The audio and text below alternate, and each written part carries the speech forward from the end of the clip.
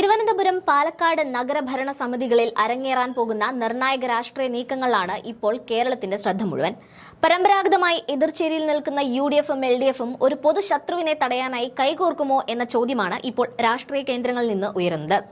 സംസ്ഥാനത്തെ ഭരണകക്ഷിയായ LDF-ന് വൻ തിരിച്ചടി നേരിട്ട തെരഞ്ഞെടുപ്പ് ഫലത്തിന് പിന്നാലെ തിരുവനന്തപുരം കോർപ്പറേഷനിൽ വ്യക്തമായ ഭൂരിപക്ഷമില്ലാത്ത അവസ്ഥ വന്നതോടെയാണ് ഈ നിർണായക സഖ്യ ചർച്ചകൾക്ക് തുടക്കമായത്.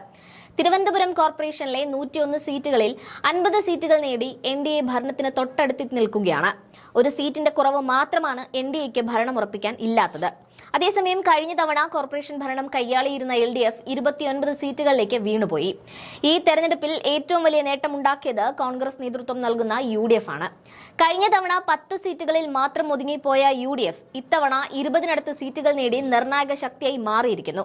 ഇവർക്ക് പുറമെ വിജയിച്ച 2 സ്വതന്ത്രരുടെ നിലപാടാണ് ഇവിടെ ഏറെ നിർണായകമായിരിക്കുന്നത്. മുൻ മേയർ ആര്യ രാജേന്ദ്രൻ എന്ന യുവ നേതാവിന്റെ ഭരണത്തിലെ വീഴ്ചകളാണ് CPM-നെ പിന്നോട്ട് വലിച്ചത് എന്നൊരു വിലയിരുത്തൽ ഇപ്പോൾ ശക്തമാണ്. വോട്ടെണ്ണൽ പൂർത്തിയായപ്പോൾ തങ്ങളുടെ അധികാരം നഷ്ടപ്പെട്ട LDF ഇപ്പോൾ UDF-ന്റെ ദയാദാക്ഷിണ്യം ലഭിക്കുമോ എന്ന ചിന്തയിലാണ്. കാരണം BJPക്ക് തലസ്ഥാനം ഒരു കാരണവശാലും ഏൽപ്പിക്കില്ലെന്ന് KPCC പ്രസിഡന്റ് സണ്ണി ജോസഫ് പരസ്യമായി പ്രഖ്യാപിച്ചതോടെ പ്രാദേശികമായി ഒരു LDF-UDF സഖ്യത്തിന് സാധ്യത വർദ്ധിച്ചിരിക്കുന്നു. അങ്ങനെ വന്നാൽ UDF-ന്റെ ശബരിനാഥിനെ മേയറാക്കിയുള്ള വിട്ടുവീഴ്ചകൾക്കാണ് നിലവിൽ കൂടുതൽ സാധ്യത കാണുന്നത്. NDA അധികാരത്തിൽ നിന്ന് അകറ്റി നിർത്താൻ UDF മുന്നോട്ട് വെക്കുന്ന ഈ വ്യവസ്ഥ CPM-ന് അംഗീകരിക്കേണ്ടി വരും. 2 സ്വതന്ത്രരെ ഒപ്പം നിർത്താനുള്ള ചർച്ചകൾ ഇരു മുന്നണികളും തുടങ്ങിക്കഴിഞ്ഞിട്ടുണ്ട്.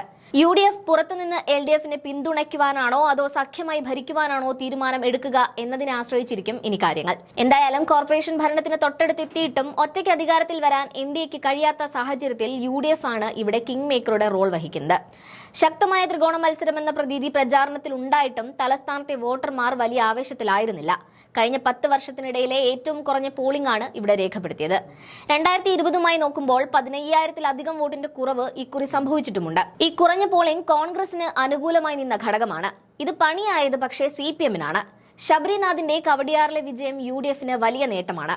വോട്ട് വെട്ടൽ വിവാദമുണ്ടായ മുട്ടട എന്ന ഇടതു കോട്ടയിൽ വൈഷ്ണ അത്ഭുതം സൃഷ്ടിക്കുമെന്ന കോൺഗ്രസിന്റെ ദീർഘവീക്ഷണം ലക്ഷ്യം കാണുകയും ഒപ്പം തീരദേശ മേഖലകളിൽ കഴിഞ്ഞ തവണ 14 മുതൽ 15 വരെ സീറ്റുകൾ നേടാൻ സാധിച്ചിരുന്ന LDF-ന് ഇത്തവണ അത് 4ഓ 5ഓ ആയി മാറുകയും ചെയ്തു. പേട്ട, ചാക്ക പോലുള്ള ഇടതുപക്ഷത്തിന്റെ ശക്തി കേന്ദ്രങ്ങളിൽ പോലും വിള്ളലുണ്ടായി.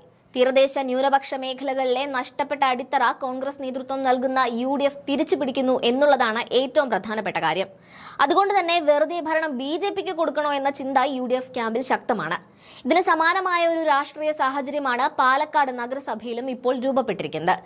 തുടർച്ചയായ 3-ാം തവണയും ഏറ്റവും വലിയ ഒറ്റകക്ഷിയായ NDAക്ക് ഇവിടെ ഭരണം പിടിക്കാൻ കഴിഞ്ഞിട്ടില്ല.